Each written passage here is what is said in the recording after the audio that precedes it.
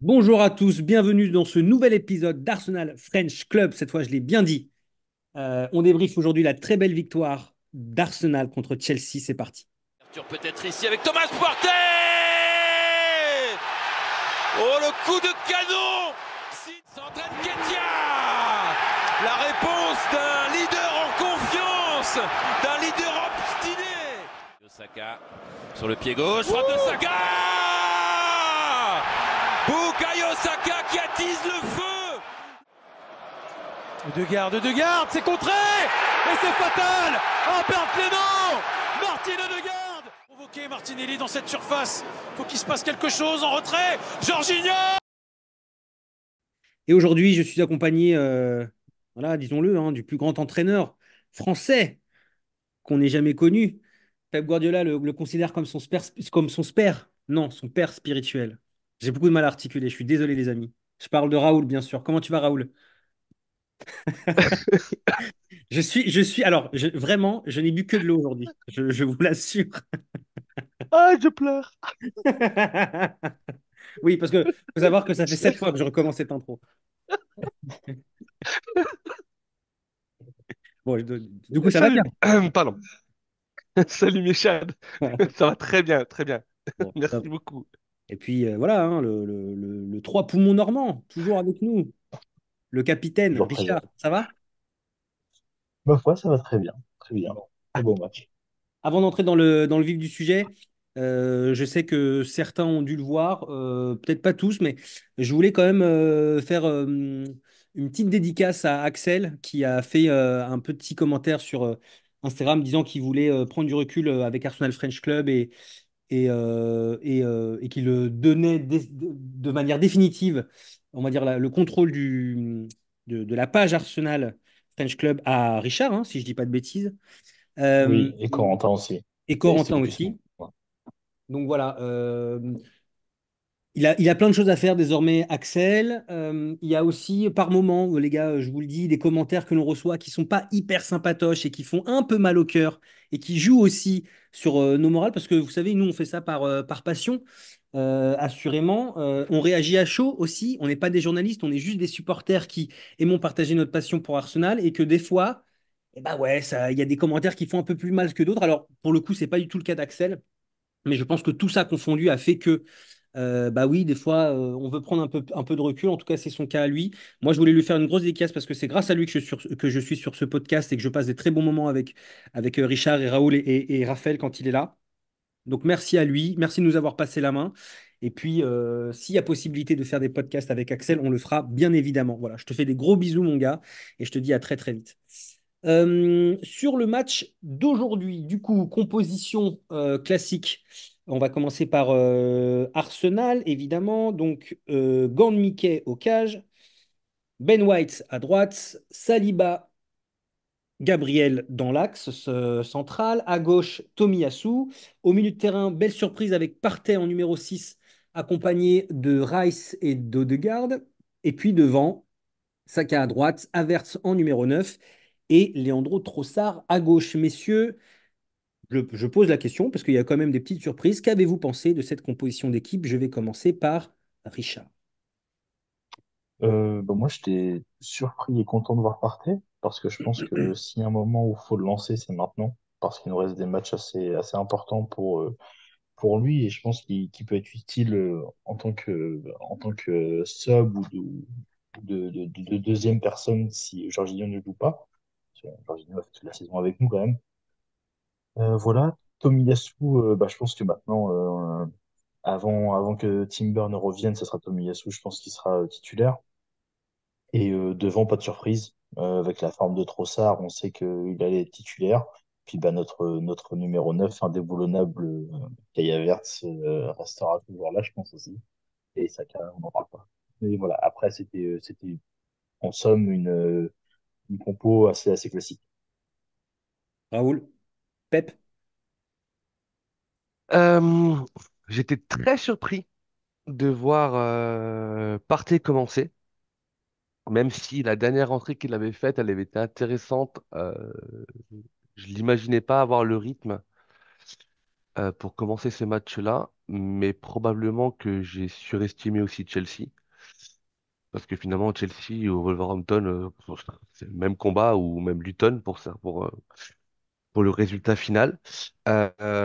Et du coup, je rebondis sur ton introduction par rapport à Axel. J'étais super content de voir Partey commencer parce qu'on sait tous euh, à quel point Axel aime ce joueur Mm. et que les derniers Ah bah, podcasts qu'il a c'est le fait. président de l'association de Partey, hein. Et du coup, j'ai trouvé que le clin d'œil, il était vachement sympa.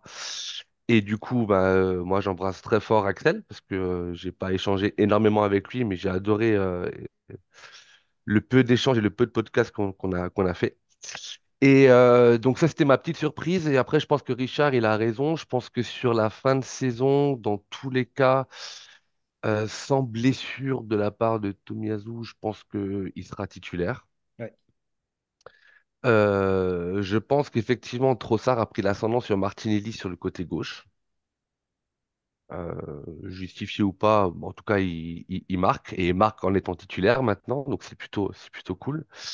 Et alors, je vais pas dire à mon plus grand bonheur, mais voilà, le retour d'Havertz en neuf. Je sais que ça a été dur pour toi, mais voilà. Après, franchement, à partir du moment où il mettait Partey dans le milieu, sachant que Havertz il ne touchera pas et que Saka il ne touchera pas, je crois que il était dit que Jesus serait sacrifié sur ce 11 de départ. En tout cas, vu la physionomie du match et de la première mi-temps en l'occurrence aussi, bah bravo Arteta parce que c'est un 11 qui a été vachement cohérent du coup. Ouais, ouais, absolument d'accord avec vous, les gars. Et puis surtout, alors on va parler de Partey parce que ça faisait un petit moment qu'il n'était pas titulaire, mais à un moment où on disait que Trossard était plus efficace en sub qu'en tant que titulaire, ce qui était le vrai, ce qui était vrai pour le coup. Bah pour le coup, aujourd'hui, il a fait un super match en tant que titulaire, Trossard, vraiment. Il a beaucoup apporté. Je ne sais pas s'il a pris dessus sur Martini, pour être très honnête, mais il faut avouer qu'en tout cas, sur ce match, aujourd'hui, Trossard a été très, très bon. Donc voilà, après, moi, je parlerai plus peut-être sur la prestation individuelle de certains joueurs qui soit m'ont conforté, soit m'ont inquiété, mais globalement, je suis absolument d'accord avec vous. Toujours très surpris de voir que certains joueurs, par contre, sont vraiment intouchables, quitte à les épuiser, et à les fatiguer à l'extrême. Mais bon, écoute, pour le moment, ça marche, donc profitons-en. Est-ce qu'on peut revenir sur cette première mi-temps, messieurs, sur la tactique, du coup, Raoul, employée par Arteta? Est-ce que tu peux nous dire ton ressenti par rapport à cela? Et puis Richard, derrière. Ouais, tactiquement, j'étais vachement étonné du positionnement Partey-Rice. J'imaginais l'inverse, avec un Partey un peu plus haut et un Rice un peu plus bas. Rice en récupérateur et Partey en relanceur. De ce que moi j'ai vu, c'était quand même l'inverse. La plupart du temps, c'était quand même Partey qui était plus bas. Alors, Oui, est-ce que c'était aussi une forme de gestion du physique? Parce que quand tu joues un peu plus haut, bah, quand tu joues deuxième milieu, d'un point de vue relanceur, ça nécessite beaucoup plus de peps. Et vu que Partey reprenait, à mon avis, je suppose que Arteta a préféré vraiment lui dire tu te mets en sentinelle du milieu, tu ratisses, tu ratisses, tu ratisses et tu libères ton ballon proprement, ce qu'il sait très bien faire et qu'il a très très bien fait. surtout juste pour rebondir sur ça, Raoul, quand tu vois l'activité de Rice qui n'a pas cessé de faire des allers-retours, je ne sais pas si effectivement Partey aurait été capable de le faire sur ce match-là. Donc je Non. pense que tu as raison, c'était surprenant de voir Rice en 8, on va dire ça, hein, et Partey en 6, mais au vu du match des deux, et surtout je pense effectivement de la forme physique de Partey, au final, c'est effectivement très intelligent d'avoir joué comme ça. Ouais. Donc ça, c'était le premier point, la première minute tactique du podcast. Et le deuxième point que moi j'ai soulevé, alors je vais peut-être pas me faire des amis tout le temps, mais putain, qu'est-ce que c'est bon quand t'as des latéraux qui restent sur leur côté, quoi. Oui, de ouf. Waouh. excusez-moi pour ceux qui sont adeptes des latéraux qui rentrent dans l'axe, mais qu'est-ce que ça aère le jeu? Ouf. Je sais pas que vous en pensez, parce que moi je sais que je crois que Richard n'était pas partisan de ce jeu-là, mais tu trouvais ça intéressant, notamment quand White y rentrait. Je me rappelle quelques podcasts qu'on avait fait à deux, où tu disais, Mhm. ouais, non, justement, je le trouve vachement intéressant, etc. Mais qu'est-ce que c'est plus fluide? Et du coup, tu trouves une cohérence de jeu. Alors, il y a peut-être moins l'aspect surprise ou déstabilisation d'un bloc collectif, etc. Mais que ce soit d'un point de vue offensif ou défensif, j'ai adoré le côté gauche, Tomiyasu Trossard. Alors, j'ai adoré d'un point de vue défensif parce que Trossard a fait, je sais pas si vous l'avez vu, souligné, remarqué, mais a fait un énorme travail défensif en étant toujours en deuxième couteau de Tomiyasu sur les attaques placées de Chelsea quand il y en avait. Saka a défendu, il a même tellement bien défendu qu'à un moment donné, il met une balle en corner alors qu'il n'y a aucun danger.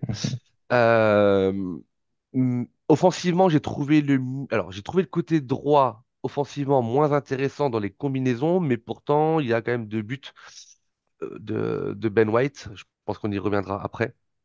Donc, c'était les deux points tactiques.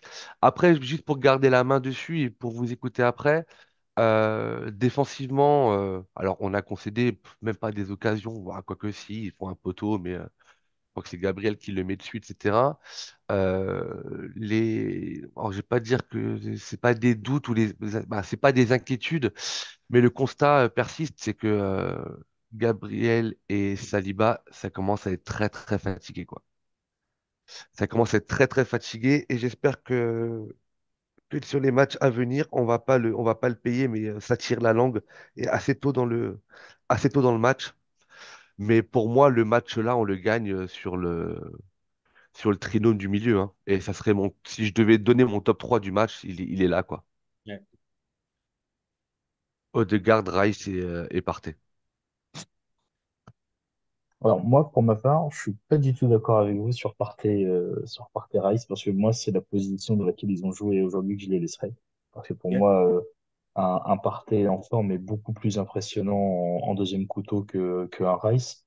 Et je préfère l'attitude de Rice offensivement que Partey. Partey, c'est du tir au pigeon, que Rice, c'est plus des passes un peu dans le bon timing et il frappe très rarement. Et on l'a vu aujourd'hui qu'il savait très bien se placer en attaque. Donc moi, j'étais pas étonné puisque c'est comme ça que je les vois jouer. Enfin, de mon point de vue des deux joueurs. Après, sur la première mi-temps, je nous ai trouvé. Alors, la première mi-temps, pour moi, elle avait deux phases. On a eu un premier quart d'heure, 20 minutes où on était vraiment bien dans le match, on était vraiment bon. Notre milieu, il tenait la baraque, hein. De toute façon, on l'a entendu plusieurs fois à la télé dire que notre milieu avait mangé Chelsea.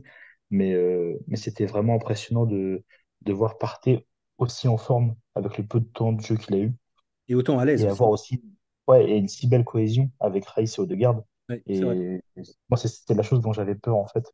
C'est la chose, je me suis dit, oh, putain, peut-être ça va être tendu de les voir jouer les trois ensemble parce qu'ils n'ont pas beaucoup joué ensemble et on sait que ça peut être problématique. Après, donc sur les 20 ouais, 20 premières minutes, je l'ai trouvé bon. Après, je nous ai trouvé très, très, très, très fébrile du côté de Saka. Saka, j'ai trouvé très fébrile. Et notre défense aussi, on a eu. Je pense que tu mets un Cole Palmer en forme ce soir. Je pense qu'on se mange plus de deux buts au moins facilement, surtout en première mi-temps. Après, on a eu la chance de marquer, on a eu la chance de marquer via Trossard un superbe but. Et ce qui nous donne l'avantage à la mi-temps. Mais c'est un genre de match cacahuète comme on sait faire. Les genre de match où tu mènes 1-0 à la mi-temps et au final tu les perds 2-1 ou tu fais un vieux 1-1. Donc première mi-temps pour moi était pas top top. J'avais d'énormes doutes pour moi sur Havertz sur ce match-là parce que pour moi il devait tuer le match sur une occasion qu'il n'a pas fait. Donc voilà, mais première mi-temps, pour moi c'était plus une égalité qu'une supériorité d'Arsenal. Ouais, non, non, bah, globalement, vraiment, vous avez tout dit. Moi, je vais juste rebondir, du coup, je rebondis sur la paire Partey-Rice. Déjà, je pense que globalement, c'est les trois joueurs titulaires qui doivent l'être jusqu'à la fin de la saison. En tout cas, si leur physique leur permet, bien sûr. Ça, c'est la première chose.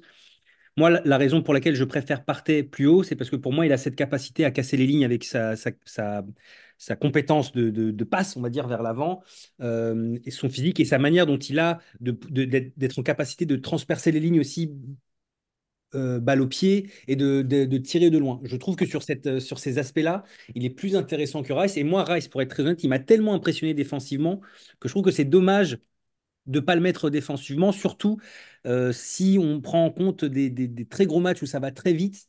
Je pense que Rice serait plus intéressant en tant que numéro 6. Après, pour le coup, Partey, franchement, c'est là où on voit qu'il est très fort, ce mec. C'est que même, pas, même quand il n'est pas à 100% physique, ben, franchement, il a régné en patron sur le milieu de terrain. Franchement, c'est assez impressionnant, hein. À l'aise techniquement. Moi, j'avais peur, effectivement, qu'il soit un peu pâteau comme sur ses rentrées. Et en fait, non, franchement, il a été très, très bon. Donc, bravo à lui. Juste pour la petite Qu'est-ce- aparté, j'avais fait un sondage sur Insta sur la première Aparté, mi-temps. jeu de mots? Oui, exactement. Pardon. Et, du coup, j'avais fait un sondage, savoir que les gens avaient aimé la première mi-temps, et j'étais étonné, je crois, à 65% les gens avaient aimé la première mi-temps, alors que j'avais pas trouvé celle-ci ouf, tu vois. Je me suis dit, ils sont confiants, ils sont pas comme moi, c'est bien. Ouais, alors moi je suis assez d'accord, mais pour deux choses. La première, c'est que déjà, comme tu le dis, globalement, on a été quand même plutôt bien en place et tu sentais qu'il y avait quand même une domination assez forte d'Arsenal. Chelsea a joué bloc assez bas, je trouve. Enfin, franchement, on était quand même beaucoup dans leur camp. Après, il y a eu des pénétrations, notamment côté gauche. Bah, Euh, Tomiyasu, il s'est fait manger, hein. Faut dire les voilà, il choses, s'est hein. fait manger par Adebayo, là, Bah, comme il Tomiyasu, l'appelle. Ouais, et non, il est lent, hein. Madueke. Je le voyais plus rapide, hein. Ou alors il est aussi fatigué, mais je vois pas de quoi parce qu'il a quand même beaucoup moins de matchs. Mais je l'ai trouvé très très lent sur ce match-là. Ouais. Pour le coup, Ouais, Adebayo, là, court très vite. non, Pour le coup, c'est vrai qu'il est Madueke, très rapide. Mais, hein? c'est Madueke. Ah, ok, bon, bref. En tout cas, enfin, bon, bref. En tout cas, effectivement, il s'est fait pas mal bouffer. La chance que l'on a aussi, c'est que je crois que Chelsea a un numéro 9. Je crois que c'est un joueur de basket, hein. Je crois pas que ce soit un joueur de foot. Donc, du coup, Ouais, il ça est nous a aidé. éclaté, le mec. Ah, mais franchement, le Alors, mec. alors Pour donner une l'équipe, elle est précision, éclatée. Oh. Il était, mais lui, il avait l'attitude de Balotelli sur le terrain. Ah, ouais, ouais. Il Mais marchait franchement, et il était dégueulasse, quoi. le niveau global de Chelsea, Ouais, mais et l'équipe c'est éclatée, quoi. triste. Franchement, c'est triste. La défense, bah, en fait, on comprend pourquoi en fait, ils auraient dû rester à Monaco, les deux, hein, Badiachil et Disasi. Franchement, c'est faible, c'est nul. Enfin, non, pardon, excusez-moi, c'est dur de parler comme ça. C'est c'est pas au niveau de Chelsea, c'est pas des joueurs qui doivent jouer à Chelsea, je suis désolé. Courella, pareil, enfin, défensivement, c'est très très compliqué. Bon, bref, en tout cas, tant ouais, mieux pour enfin, nous. Mais Cucurella, faut savoir quand même qu'il a réussi à museler Saka, hein. oui, On dit ça, mais mais je pense qu'aujourd'hui, Ouais, tu Musel Benja- aussi, j'ai Richard, je pense. ouais, je pense que Benjamin Mendy de Paris, du Paris Saint-Germain, hein, l'unique, je pense qu'il le muselle. Non, mais sans déconner. Christophe Jallet. Non, on en parlera après des performances individuelles, mais c'est vrai que tu as raison. Cucurella a muselé Saka et c'est ça qui est triste dans ce match, en réalité. Mais en tout cas, d'un point de vue tactique, effectivement, moi je suis d'accord avec Raoul sur les latéraux qui permettent clairement d'aérer le jeu et surtout d'apporter un soutien aux ailiers, d'apporter du soutien à Saka et à Trossard, là où quand le latéral gauche notamment rentrait vers l'intérieur, laissait très souvent Trossard ou Martinelli seul sur le côté gauche et donc il y avait un espèce de déséquilibre comme ça qui se faisait. Et là, ce qui était très fort sur ce match, c'est qu'on était capable d'être euh, d'apporter le danger à droite, à gauche et dans l'axe, ce qui était quand même pas tout le temps le cas depuis le début de la saison. On a joué avec un bloc haut. Contrairement au match du Bayern, le pressing était cohérent. Tout le monde faisait le pressing. Notre ami Avertz également, c'est vrai. Il a très bien fait son rôle de pivot, j'ai rien à dire. Voilà. Après, c'est on aime ou on n'aime pas, mais il a très bien joué son rôle de pivot, même si je pense que sur les 15 premières minutes, je suis Arteta, je suis à deux doigts de le sortir, tellement il m'a tendu. Mais l'équipe a fait un match sérieux. Et quand effectivement Arsenal joue à son niveau, hein, ça fait ce genre de match-là, 5-0. Là, effectivement, pour les mecs qui ont regardé le match contre le Bayern et qui ont vu le match aujourd'hui, l'attitude de l'équipe, on est d'accord qu'elle n'est pas la même. Pas du tout la même, ah, hein. même contre Villa, hein. Même le match Aston contre Villa, Villa, hein. hein. Même contre Aston Prends Villa, Aston Villa exactement. parce que Bayern, tu te chies dessus. Bah, pardon, t'as peur, t'as la Ligue des Champions, mais Aston Villa, si tu joues comme ça contre Aston Villa, tu perds pas le match, hein, Exactement. et t'es encore Mhm. premier au classement, hein. Encore une fois, qu'on perde, ok. Mais l'attitude, Mais pas comme ça, ouais, moi, bien je sûr. l'accepte pas. Tu joues Aston Villa, on est en ligne droite, enfin en dernière ligne pour obtenir le titre. Tu joues le Bayern. Mais moi, je veux que tu meurs sur le terrain. Je veux que tu sois plus capable de respirer à l'issue des 90 minutes. C'est ça qu'on veut. Et que tu aies une attitude positive de gagnant. Oui, Tomiyasu, c'est vrai qu'il s'est fait bouffer sur certaines phases, mais sur d'autres, il était hyper agressif sur le porteur du ballon. Il a anticipé pas mal de ballons pour jouer vers l'avant. Et donc, c'était cohérent aujourd'hui. C'était un super match. Franchement, c'était un très bon match. J'ai pris vraiment beaucoup de plaisir à regarder Arsenal jouer à ce niveau-là. Euh, est-ce que vous avez des choses à dire sur le match? Oui, oui, Raoult. Ouais, je voudrais juste du coup revenir sur le milieu pour dire deux choses. Euh, Effectivement, le fait que les latéraux restent sur leur côté, avec un milieu à trois, avec Rice, Partey et Odegaard, t'as pas besoin d'aller mettre le surnombre. Au contraire, je pense que plus tu as de densité dans le milieu, moins ils peuvent s'exprimer. Donc du coup, ça reste cohérent. Et si je me projette sur le match de Tottenham, qui pour moi, en termes de valeur d'équipe, sera le match le plus compliqué sur les quatre matchs qui nous restent, puisqu'il nous reste Tottenham à Tottenham, il nous reste Bournemouth, il nous reste Manchester United et on reçoit Everton. Ouais, c'est ça. Donc je pense que Tottenham, même si je hors de cette équipe-là, sera l'équipe la plus compliquée d'un point de vue qualité à battre. Après, Manchester, on sait tous qu'ils sont capables de sortir un match contre nous. Voilà. Je pense que là où le binôme Rice-Partey va être super intéressant, et on verra dimanche si j'ai raison ou pas, mais je pense qu'on va commencer avec 2-6. Rice et Partey côte à côte. Et en fonction des temps forts ou des temps faibles, l'un ou l'autre vont alterner 6-8. Parce que Partey, il a cette capacité sur son contrôle et sur ses 5 premières foulées de mettre 5 mètres à son défenseur, à son premier défenseur. Rice a un jeu un peu plus physique, un peu plus rugueux dans ses courses, etc. C'est moins beau à avoir joué qu'un Partey, mais c'est tout aussi efficace.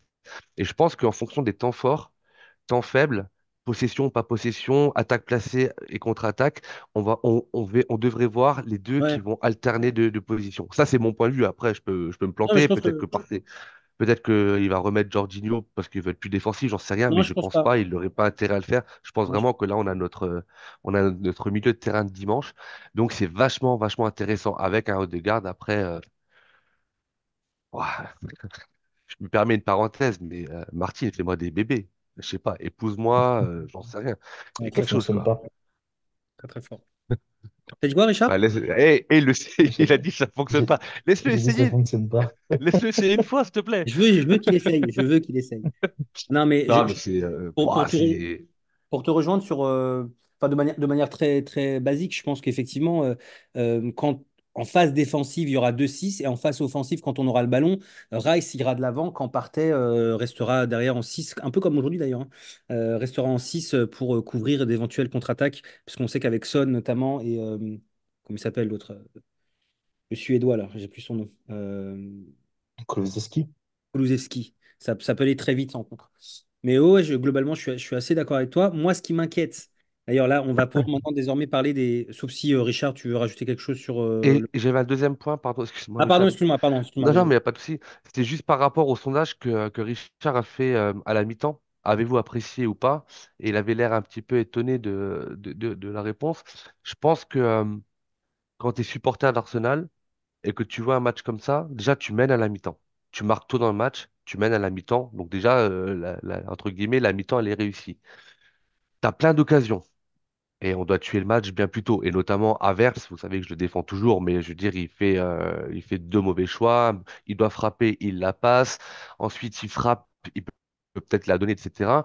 Il y a d'autres occasions derrière. On doit terminer à 2-3-0 pour moi à la mi-temps. Et là, le match, il est définitivement tué. Et je pense que dans ce cas-là, Richard, toi, tu te dis, OK, on est tranquille. Et c'est vrai qu'à 1-0, surtout contre Chelsea, on le sait, bah, tu es pas à l'abri d'une remontée, ou ce que je vous disais, en un quart d'heure, ils t'en mettent deux, tu sais pas d'où ils viennent, alors que c'est une équipe qui est éclatée, mais sur un coup de pied arrêté, sur une contre-attaque, etc., ils peuvent t'en mettre un. Le Et fait que puis, Palmer n'ait en plus, pas il y a eu joué, des c'est quand occasions, hein. Il y a même. eu un poteau pour Chelsea. Enfin, il y a eu quand même des occasions. Ouais, ouais, ah oui, oui, bien sûr, oui. Donc voilà, je pense que de façon générale, c'est ce que les gens ont apprécié sur cette première mi-temps, c'est tu mènes, tu as des occasions, tu sais que tu as un milieu qui tient la route. Après, dans un match, dans tous les cas, de toute façon, tu as un temps fort et tu as des temps forts et des temps faibles. Et voilà, alors après, on était loin de s'imaginer que on allait en mettre 4 en deuxième mi-temps, en tout cas, quoi. Voilà, c'était juste les deux points que je voulais rebondir, sur lesquels je voulais rebondir. Excuse-moi, Michel. Je t'en prie, tu fais bien. Tu es aussi important que moi, si ce n'est plus, dans ce podcast, mon ami. Euh, ouais, moi, ce que je voulais dire, c'est que du coup, il y a quand même certains points d'interrogation que j'aimerais échanger, enfin, avec lesquels j'aimerais échanger avec vous. Alors déjà, non, on va commencer par les certitudes. Haute-Garde, Oui. le mec il surfe, hein. Le mec marche sur l'eau, nage sur le bitume, pour reprendre la célèbre phrase d'un rappeur. Alors, franchement, il a fait tout ce qu'il voulait, je pense. Aujourd'hui, c'était l'entraînement, hein, pour Haute-Garde, c'était trop facile. Partey, on l'a dit, qui a fait un bon match. Rice, aussi une activité. Mais lui aussi, hein, moi, s'il peut me faire des enfants, Rice, en plus, ils auront des yeux bleus. Franchement, Rice, il a une Ils auront des activité. cheveux. Ils auront des cheveux. Exactement. Fous-toi de ma gueule, gros bâtard. C'est vrai, ils auront des cheveux. Et j'espère qu'ils auront des cheveux. Et les mêmes cheveux que Rice, d'ailleurs. Il est très fort, franchement, l'activité Rice, c'est, je sais pas, c'est épatant. Autant contre le Bayern, il a été sur la double confrontation un peu décevant parce que pas au niveau de ses perfs en première ligue, mais franchement, la saison qu'il fait, c'est incroyable. Il est tout ce que j'aime dans le football, ce mec, de toutes les manières. Enfin, bon, D'ailleurs, bref. il a été élu le joueur du mois, je crois, à Rice. Oui, C'est bah, pas ça? franchement, Ouais. joueur du mois, et pour moi, c'est vraiment. Enfin, ça va jouer avec Odegaard, mais je ne serais pas étonné qu'il soit élu joueur de l'année, quoi. Enfin, franchement, Ouais, oui, c'est clair, c'est clair. Pour extraordinaire. une première année chez nous, c'est extraordinaire. Ah ouais, franchement, bon. Voilà, Trossard, je l'ai dit, pour moi, il a fait un superbe match, vraiment euh, pro- très intelligent, déjà, premièrement. Et il a su alterner des moments où il était en capacité de provoquer, des moments où il fallait plus passer la balle. Enfin, un peu le contraire finalement de Martinelli. Mais ouais, très fort pour moi aujourd'hui. Oui, ça m'emmerde de le dire, mais Havertz a fait un match OK. Ce mec, il ne le dira jamais. Il a fait un bon match. Il a fait un bon match. Après, euh, très honnêtement, je pense qu'aujourd'hui, il met un doublé. Alors, je ne vais pas dire que c'est surtout dû à la faiblesse de la défense de Chelsea, mais pas loin en réalité. Mais sur ce qu'il a fait, sur ce qu'il a apporté, il a été bon. Voilà. Et pour moi, ça me coûte de le dire. Donc, c'est que vraiment, il a été bon. Et Ben White, hein, franchement, Ben White aussi, je pense que c'est fou, ce mec, c'était un défenseur central de base quand même, hein. C'est quand même incroyable, hein. Mm. Ouais, et il est meilleur que notre ailier. Oui, et il est meilleur que notre ailier. Et il est meilleur que notre ailier. C'est très vrai. Mais dans tout, en plus. Euh, Tant dans sa capacité à centrer, à dribbler, à faire la diff, à courir, à et mettre défendre. des buts. Ouais, c'est vrai. Donc ça, c'est la première chose. Vous êtes d'accord sur les joueurs que j'ai cités ou... Oui, bon. Ouais, moi, tout à fait, honnêtement, il n'y a rien à redire, hein. Pour moi, tu vois, même si Havertz, je suis pas un fan de ce joueur, sur son premier but, il met un vrai but de neuf, il va la chercher et c'est ce qu'on attend de lui. Après, Rice, Odegaard, enfin, Odegaard, Rice, tu peux rien leur dire, Partey, tu peux rien lui dire. Il y a Saliba Gabriel qui était fatigué, mais voilà, Tomiyasu, il s'est fait manger, mais il était quand même présent dans les phases offensives, il a quand même été, il était là, donc voilà. Et pour moi, Ben White c'est une masterclass du joueur. Ouais, ouais, c'est clair. Mais tu Et vois, par exemple, Raya, voilà, sur le premier on va but, pas parler de Raya, mais dites-moi, hein. Ouf, Raya, j'en parle même plus. Pour moi, tu mets un poteau au milieu des cages, c'est pareil. Enfin, bon, bref. Euh, qu'est-ce que je voulais dire? Oui, dites-moi, les gars, ou Raoul, tiens, d'ailleurs. Euh, franchement, très honnêtement, de toi à moi, de toi Les à yeux moi, dans les yeux.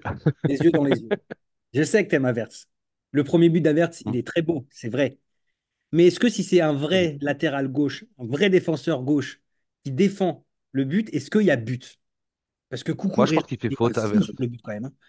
Non, mais moi, je te dis, mais moi, je pense alors, tu l'as dit, c'est toi qui l'as dit au Richard, il met un vrai but de numéro 9 et il a pas il a pas la carrure pour, mais si vous regardez bien, pour moi, il fait faute. Avec son coude, il fait faute. On est d'accord. Et c'est là où il le joue très bien. Alors après, je vais te poser une autre question. Oui, je crois que j'ai pas tiré les foudres. Je sais plus si c'est toi ou si c'est Richard. Vous avez dit juste avant, Trossard, il met un super but. Alors C'est pour Richard. moi, oh, c'est Richard. Pour moi, le but de Trossard, Le le gardien, il est teubé. gardien, il est Ah, 100% fautif. ah oui, oui, le gardien On est dit teubé. toujours, premier poteau, le gardien, il est responsable. Exactement. Ouais, je suis d'accord. Donc, après, et attention, encore une fois, et c'est ce que je disais dans le débrief du match de Wolverhampton, ce match-là, on peut le gagner. Si on gagne contre Chelsea 1-0 à la 97e, je m'en fous royalement. On avait 5 matchs à jouer. Il faut gagner tous les matchs pour encore y croire. Donc, je m'en fous. Là, je trouve qu'il y en a la manière. Et ce qui m'a déplu dans Havertz, je te le dis franchement, c'est en première mi-temps les deux occasions qu'il met. Il y en a au moins une des deux qui doit aller. Sur la première occasion qu'il a, lorsqu'il la décale pour Trossard, ou qu'il tente de la décaler pour Trossard, à 9, il est égoïste et il frappe.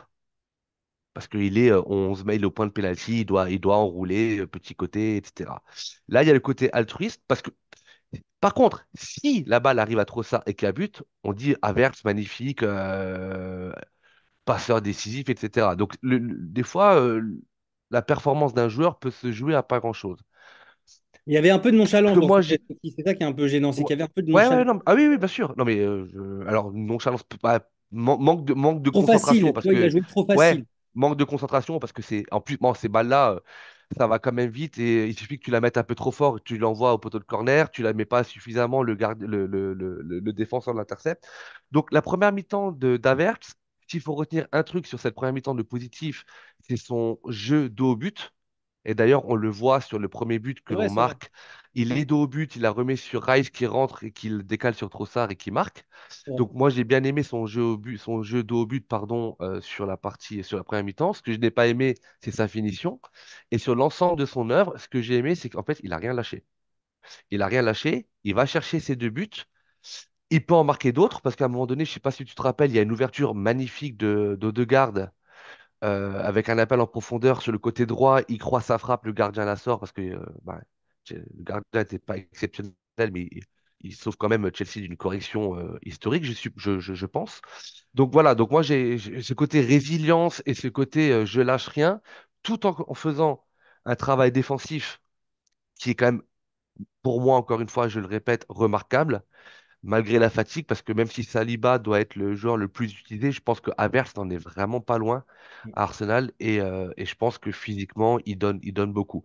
Voilà, donc du coup, voilà, je suis pas pour voter Havertz, mais je trouve que globalement, son match, il est réussi. Et bravo à lui pour les 2 buts. Voilà. Et c'est Son surtout match est.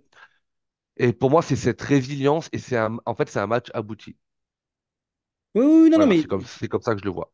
tu as raison et je le redis. Après, je ne change pas de fusil d'épaule et je persiste à dire que Chelsea est très faible, déjà, Bien sûr. premièrement, et que il a peut-être. Enfin, quand il y a des matchs de très haut niveau, c'est un peu plus difficile pour lui parce que je pense que sur certains aspects, il est limité parce que c'est pas un numéro 9 de base, comme tu dis, et qu'on aurait pu regretter ses occasions manquées. Mais encore une fois, sur le match d'aujourd'hui, il a fait un bon match. Il y a rien à dire.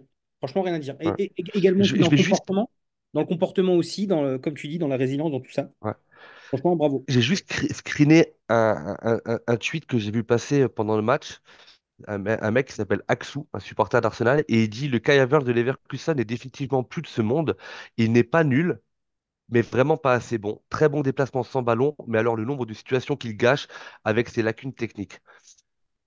C'est vrai, Il y a je certains suis mots que assez je d'accord. trouve assez, il y a certains mots que je trouve assez forts, mais le résumé, il est là, en fait. C'est-à-dire que, et je vais aller au bout.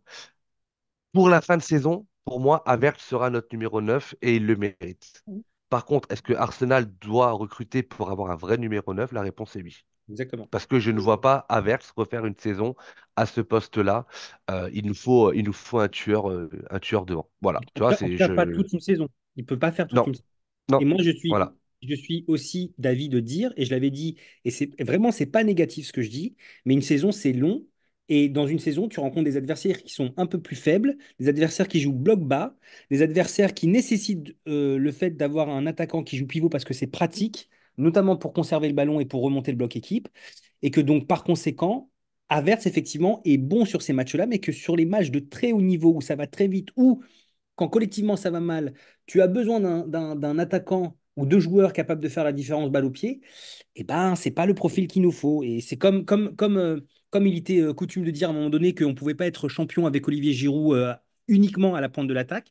Je suis assez d'accord pour dire qu'on ne pourra pas être champion et aller très loin dans beaucoup de compétitions si on n'a que Kai Havertz dans l'axe. Maintenant, il faut aussi souligner le fait que par rapport à son début de saison, il a complètement changé d'attitude, qu'il s'est complètement fondu dans le collectif, qu'il fait quand même du bien sur beaucoup de matchs. Et ça, je suis prêt à l'accepter. Voilà. Moi, je dis juste qu'il est limité et que pour moi, c'est pas un attaquant qui doit être titulaire dans l'Arsenal d'aujourd'hui, très ambitieux, voulant gagner la Première Ligue et potentiellement aller plus loin en Ligue des Champions. C'est pas un top 9. Voilà. Mais cette année, il fait le taf pour moi. Exactement. Exactement. Et Euh, pour moi, c'est pas lui qu'il faut pointer du doigt sur une élimination en Ligue des Champions ou un truc comme ça. non, Voilà. Il y en a absolument, qui sont absolument, bien plus. Voilà, absolument. c'est Absolument, absolument. La Ligue des Champions, c'est une faillite collective pour le coup. Et défensive. D'ailleurs, faillite défensive. Euh, mes points d'interrogation dont il faut qu'on parle, messieurs, c'est important.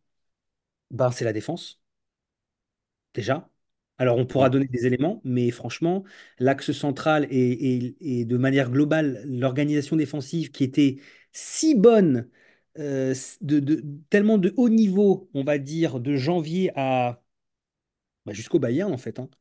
Mm. Hum, ben, franchement, il y a des phases où c'est compliqué, je trouve, très compliqué. Alors, c'est aussi justifié quand tu vois notamment le match de Saliba. Saliba qui, on le voit, est rincé, fatigué. Tu l'as dit, Raoul, mais effectivement, c'est le joueur, en tout cas, il est sûr dans le top 3 des joueurs les plus utilisés depuis le début de saison, un des joueurs de PL le plus utilisé depuis le début de la saison, et ça commence à se voir.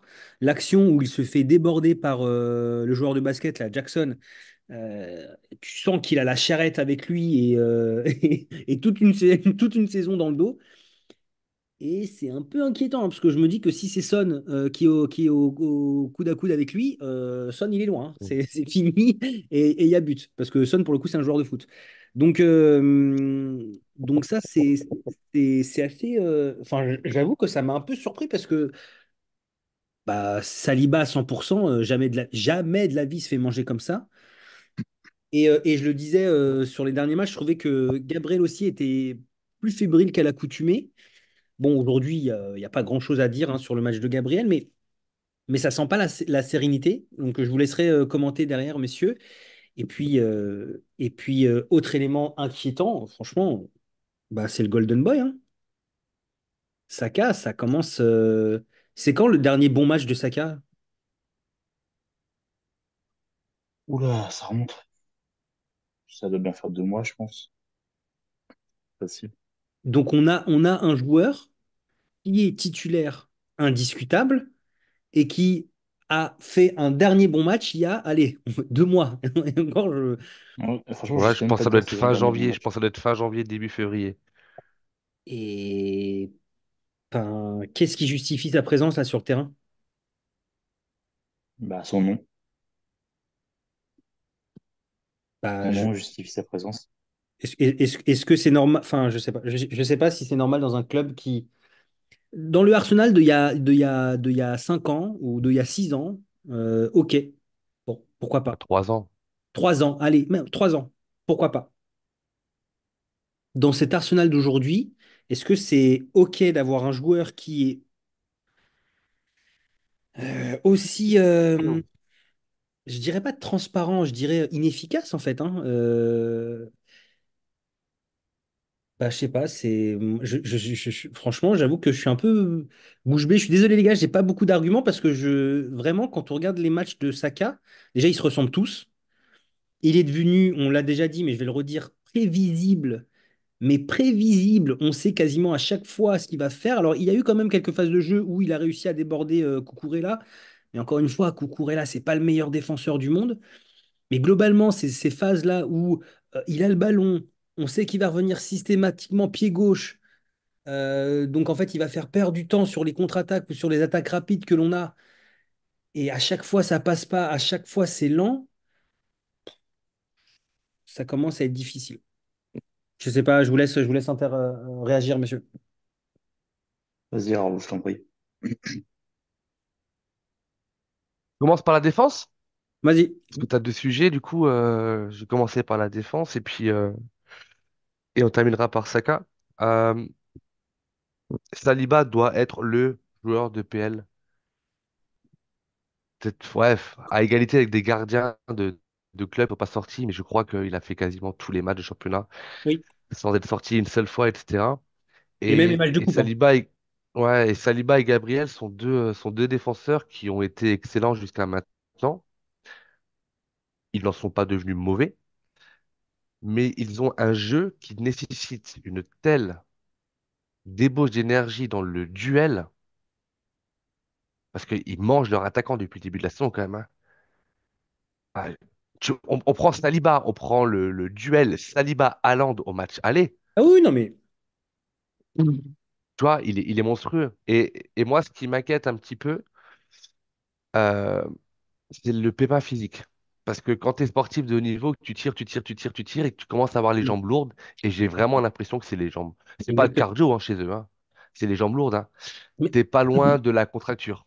T'es pas mais loin du claquage. Et ça me fait un petit peu peur parce que sans eux, une chose est sûre, on n'ira pas chercher le titre. exactement. Déjà que là, ça va être compliqué. Comme l'année Ouais. dernière, on perd le. Et d'ailleurs, Saliba, ça a été l'élément déclencheur de finalement de notre descente un peu aux enfers sur la fin de saison. Euh, Là où moi, je suis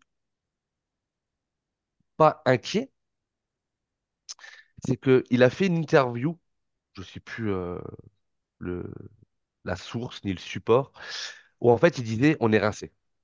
Ouais, On est rincé. ça se voit, hein. Mais, ouais, de toute façon, il peut pas mentir, ouais. Mais il nous reste 5 matchs, et les 5 matchs, on va les faire au mental. Et tu sais que c'est des joueurs qui sont capables de se sublimer par le mental. Tu as des joueurs qui sont pas capables. Alors, je vais parler de Saliba, de Saka, mais j'essaie un mec comme Rice, il va compenser un manque de physique par le mental. Un mec comme Ødegaard va tenter de compenser le physique par le mental, mais le mental ne t'aide pas à être technique.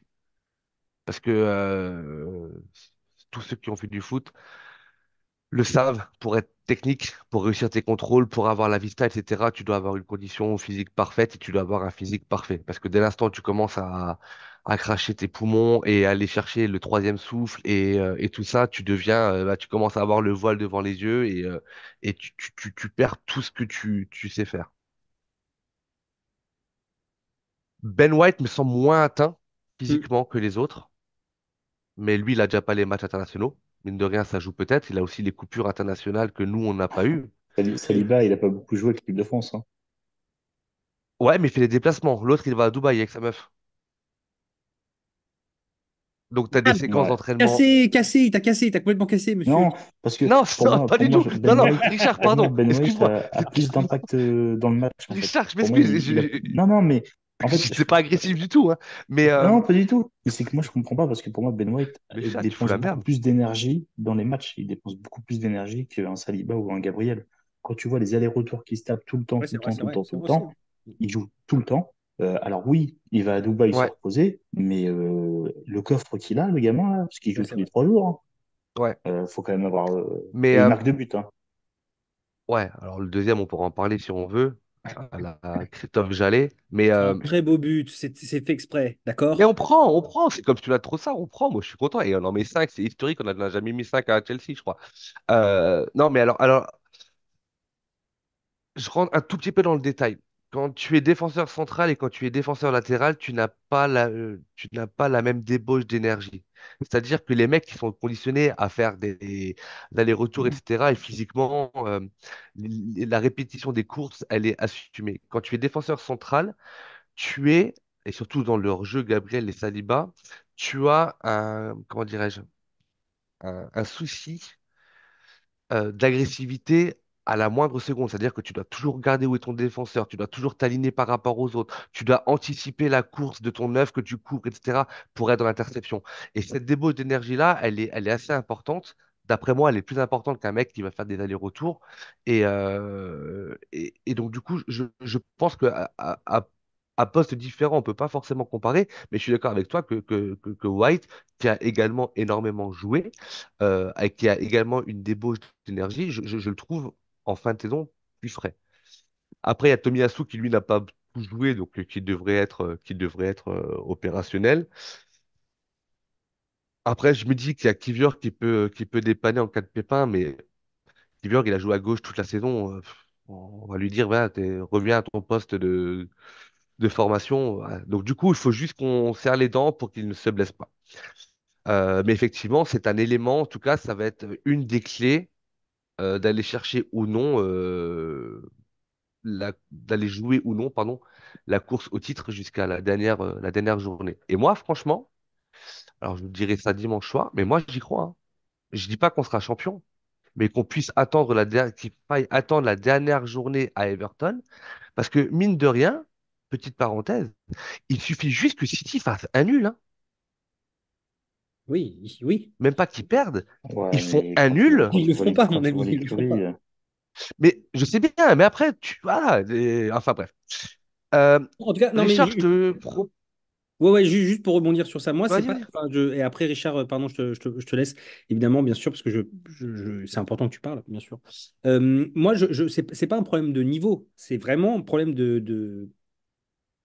Tu sens qu'ils sont vraiment rincés. Saliba, là, Ah, ah, quand, ils sont quand morts. Saliba, il tire la langue, c'est les 20 premières minutes, hein. Je veux dire, 20 Mm. premières minutes, tu tires la langue, mon ami, c'est que tu dois être dans un. Tu sais, je crois qu'il avait la flèche blanche là dans PES. Vraiment, le gars, il est au bout du Rolls, quoi. Vraiment, quand je l'ai vu, mais tu ressens la fatigue. Et donc, c'est pas un problème de niveau, mais en fait, cette fatigue-là, du coup, elle a une conséquence énorme sur l'organisation défensive parce que tu n'es plus aussi serein, tu n'es plus aussi fort, et tu sens que dès qu'il y a une percée, dès qu'il y a une accélération, c'est violent pour nous parce que ça aboutit à une occasion de but, en fait, hein. Et globalement, quand il y a eu des occasions de but pour Chelsea, c'est ce qui s'est passé. C'est dès qu'il y a eu une perforation, et ben, en fait, à chaque fois, ça a apporté un danger. Voilà ce que je voulais dire. Richard, pardon. Et du après coup, je moi, disais, Richard, je te propose de rebondir sur la partie défenseur et d'enchaîner avec Saka. Je terminerai avec Saka si ça te dit. bah, niveau défenseur, vous avez tout dit parce que voilà, ils sont fatigués, mais c'est aussi normal quand tu enchaînes autant de matchs de haut niveau et il y a autant de pression. Je pense que physiquement, au bout d'un moment, ton corps, il te dit stop, hein. Saliba, on le voit plus Saliba que Gabriel, peut-être surtout sur ce match-là. Mais voilà, pour moi, ils sont juste fatigués. Il leur faut du bon repos et du vrai repos, du coup. Mais c'est tout. Parce que sinon, oui, on risque la blessure. Pour le peu de matchs qui nous reste, faut éviter. Mais voilà, tout simplement. Après, pour Saka, c'est un sujet très compliqué. On a déjà abordé le sujet en début de saison, si je me souviens bien, quand il n'était pas au top. Après, il est revenu en forme, il nous a fait mentir. Il a réussi à tirer de son pied droit. On lui disait de tirer du pied droit, il a réussi. Mais là, on voit que Saka, il retombe dans ses travers. Il s'efface, en fait. Simplement, je pense que il a peut-être un statut qu'il ne peut pas assumer, tout simplement, et nous, on lui donne aussi un statut qu'il ne peut pas assumer. Et je pense que ça joue énormément sur ce que nous, on attend de lui, et peut-être que ce que lui produit aussi. Tu vois, je pense qu'il veut marquer, il veut produire des choses, mais voilà, je pense c'est un bon gars, hein. C'est un joueur que j'adore, c'est quelqu'un que je trouve très très fort et qui a carrément évolué en peu de temps, mais pour moi, on attend trop de ce joueur. Et ce qui fait qu'on arrive à en dire du mal, alors que c'est notre golden boy. Voilà. Pour Saka, c'est un peu mon ressenti. Après, Saka, On attend trop de lui, on attend trop de lui, et en même temps, quand il est titulaire à tous les matchs, mais en fait, c'est Mais forcé. c'est Tu vois. ça. C'est ça. mm, en fait, Saka, il y a deux choses. C'est soit tu prends, comme vous le faites souvent, en disant il a un salaire exorbitant qu'il a demandé, il assume pas son statut, c'est pas un Golden Boy, pardon. On le compare Oh, j'ai plus les noms, je suis fatigué. Au mec du Real, Vinicius. Vinicius. aidez-moi. Ouais, voilà. En disant, ouais, il est meilleur, il est moins bon, patati patata. En fait, on s'en fout. Bah, on s'en fout. Non. Je vais au bout de ma réflexion. Saka, c'est un jeune joueur, il est en équipe nationale, il a un statut en plus qu'il a demandé. Moi, je lui demande même pas d'être extraordinaire à chaque match. Mais Non, d'être quand bon. tu as Cucurella en face de toi, le Cucurella, qui est dégueulasse, excuse-moi, il est pas bon, Oui, je suis d'accord. Je suis d'accord, hein. et que et que tu n'arrives pas à le passer de façon très nette une seule fois, il a tenté des percussions. Il a tenté deux, trois drills, mais à chaque fois, c'est pareil. On sait, il rentre côté gauche, il fait son petit crochet, il essaie de passer entre un ou deux défenseurs. Très, très En plus de prévisible. là, en- sur ce match-là, en plus, on peut pas dire qu'il était en un contre 3. Tu vois. Il a quand Non. même eu des un contre un, mais il y va plus. Donc, est-ce que c'est un problème physique et il a plus le coup de rein? Auquel cas, c'est gravissime de la part d'Arteta, pardon, de le laisser sur le terrain parce que, mets-moi Nelson, s'il te plaît. Au moins, le mec, il se donnera à fond. Mais moi, Martinelli à droite, Trossard à gauche, Martinelli est droitier, il te ramènera des centres. Mais voilà. Donc, c'est plus déjà le niveau global, sans être un top player, soit juste Un player, oui, oui. soit juste dans les meilleurs de ton club, quoi. Et aujourd'hui, quand tu fais une hiérarchie des joueurs sur le terrain, eh ben, il est même pas dans le top 5. Mm. Et il est même pas dans le top 10, hein, franchement. Bah si, parce qu'il y a Raya, il y a Raya en 11. Donc il sera dixième parce qu'il est titulaire aussi, tu vois. Mais voilà, donc ouais, donc c'est une déception. Aujourd'hui, je pense que on ne pas, à part si il a avec des champions, mais je veux dire, euh, il n'a rien fait encore. Tu vois, il n'a pas eu d'occasion où tu es mené 1-0, où tu as un vieux 0-0, il a la balle de but, il la met pas, tu dis putain, il a même pas il arrive même pas à mettre la balle au fond. Mais en fait, il n'apporte plus rien. Et en plus de ça, défensivement, même si en introduction du podcast, je vous ai dit que j'avais bien aimé les doublettes offensivement et défensivement, surtout côté gauche, parce que je trouve que ça va être très bien combiné entre Trossard et Tomiyasu. Saka a essayé de faire un repli défensif, mais même là, il est pas bon. Donc White, en plus de ça, il joue tout seul. Et là, dimanche, je reviens à Tottenham. C'est pas Jackson, Mudryk et comment il s'appelle l'autre? Madueke, là, qui est en face, hein. Et ça va être autre chose. Donc, il n'est pas au niveau. Après, c'est ce que je disais dans le podcast de dimanche que j'ai fait là sur le match d'Aston Villa. Est-ce qu'à 4 journées de la fin, on va. Parce que moi, je vous l'annonce, hein, il va faire les 4 derniers matchs. Ah bah bien sûr. Bien Il sera titulaire dans les 4 derniers matchs. sûr. Il sera nul Il dans les quatre. sortira peut. Il sera. S'il n'est pas nul, il sera pas super bon. J'y crois pas. Euh, donc du coup, bah, peut-être que dans un podcast de bilan de saison, il faudra qu'on revienne de façon générale sur ce cas-là. Mais je pense que on peut enregistrer ce que l'on dit là et repasser la bande son dimanche, la semaine d'après, le match le 12 mai Ah, j'espère contre pas, mais ouais. Manu et contre Everton. J'ai peut-être un doute. Je me demande si contre Manu, il va pas mettre son petit Après, but. c'est vrai qu'il est capable de nous faire mentir, à nous mettre une frappe enveloppée lucarne, et puis il va nous faire fermer notre bouche. Il est capable de le faire, mais peut-être de la même façon qu'on a expliqué la baisse de niveau d'un Saliba par sa forme physique, peut-être que aussi Saka est rincé physiquement parce que lui Hmm, aussi il joue beaucoup, beaucoup trop. Il a même joué quand il était blessé, il a même joué juste après ouais. ses retours de blessure. Donc c'est peut-être aussi une Et c'est un explication. jeu de percussion. Et il a un jeu de percussion. Et pareil, quand tu as un jeu comme Saka avec des petits crochets et tu joues tout sur ton coup de rein, ton accélération, quand tu n'as plus le coup de rein, ça ne sert plus à rien. Et là où est le vrai débat, mais je l'ai déjà lancé plusieurs fois, et ce qui m'embête vraiment de plus en plus, même si j'ai salué son 11 de départ parce qu'il ne s'est pas planté, c'est ce manque de rotation de la part d'Arteta, quoi. Parce que sur Mais une saison de depuis PL, 3 ans, c'est comme ça. ouais, mais on peut quand même lui reprocher. Oui, mais regarde, Hmm. regarde, Parce que depuis, Martinelli aujourd'hui, il le remplace par Trossard. ouais, mais pas parce que Martinelli n'a jamais eu le même statut. Oui, mais c'est censé être un de ses intouchables, entre guillemets. Hmm. Tu vois? Et il le fait pour Martinelli qui, là, sur les derniers matchs, a été moins bon. Pourquoi est-ce que Saka, Moi, je te lui, pointerais plutôt du doigt les Saliba, les Gabriel, les Rice, les Ødegaard, Saka, Ben White, White. Ça te fait quand même 6 joueurs de ton 11 de et départ qui ont Havertz, quasiment pas tourné. et Havertz, Et Havertz. Mais Havertz, t'es obligé de le laisser. et Je Raya. rigole. Ça te fait- Ouais. Donc ça te fait, alors, on t'enlève le gardien, ça te fait quand même 7 joueurs que tu peux en fait cocher tous les dimanches. Tu sais, c'est comme Ouais, quand tu joues en district et que tu as ton coach qui met les convocations sur le tableau à la ouais, craie comme ça. Bah, ouais, en fait, il peut laisser les 7, il peut les mettre à la peinture indélébile. Ils bougeront ouais, pas. ouais, c'est vrai. Mais tu vois, ce qui m'embête, Sauf que, ce qui m'embête dans tout ça, c'est que, et c'est là où, pour moi, on doit aussi progresser en tant qu'institution. Et là, c'est une bonne discussion qu'on a. Mais Saka, les performances qu'il a, je pense que dans n'importe quel grand club, il dégage, Real, il sort. voilà. Et voilà, il sort. Il Bien jamais, sûr. en tout cas, il sort au moins un match. Il sort au moins un match, au minimum. Pourquoi est-ce qu'avec nous, il est titulaire? Pourquoi est-ce qu'on n'arrive pas à avoir cette dimension-là, là, où on n'est pas capable de dire un jour, mais mec, t'es pas bon, t'es fatigué.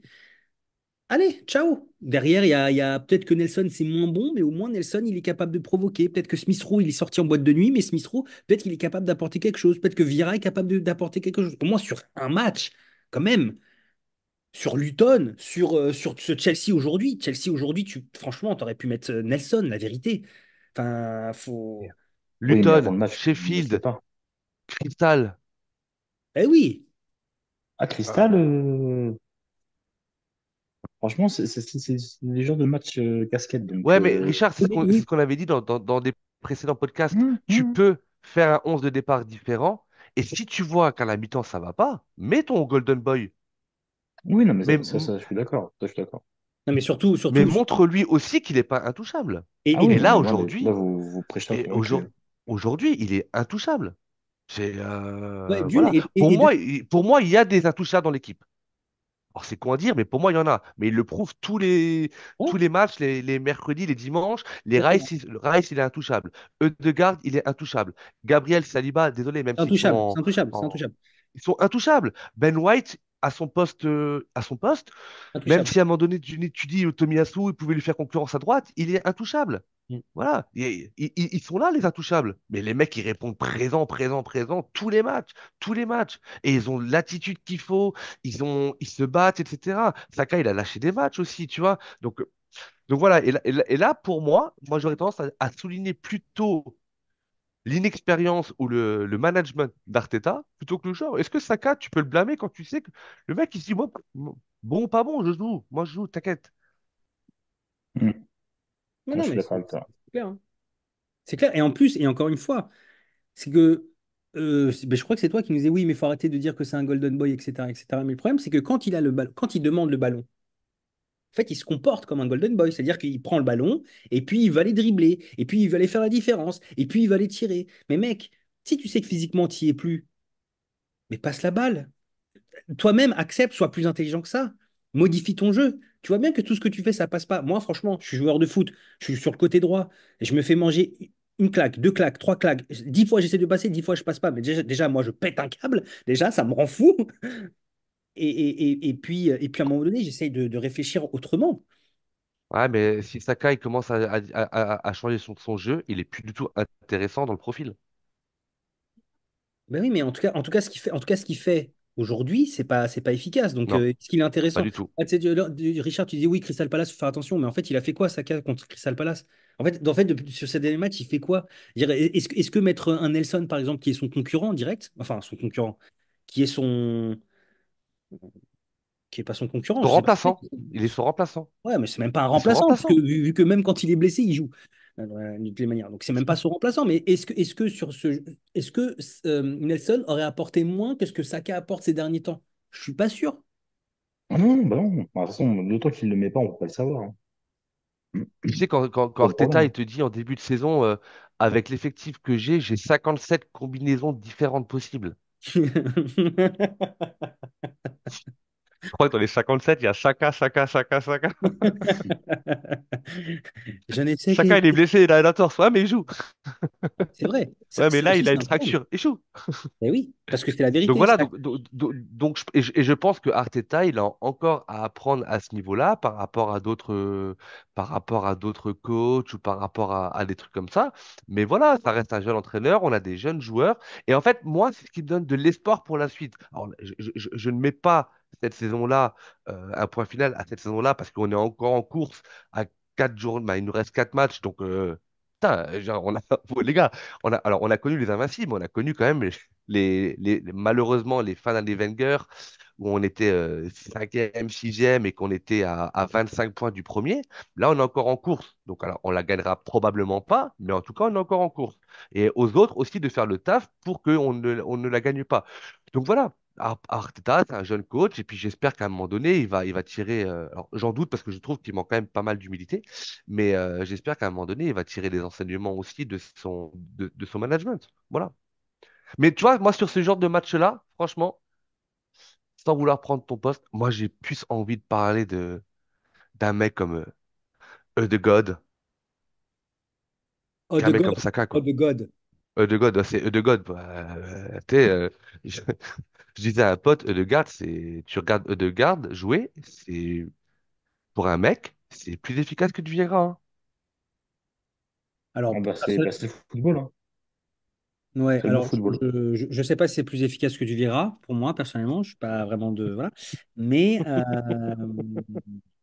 mais c'est très efficace, effectivement. Je- Non, mais c'est, tu vois, et moi, j'ai envie qu'on mette ça en avant, quoi, parce que, oh, waouh, En fait, j'avoue que ce qui est assez impressionnant,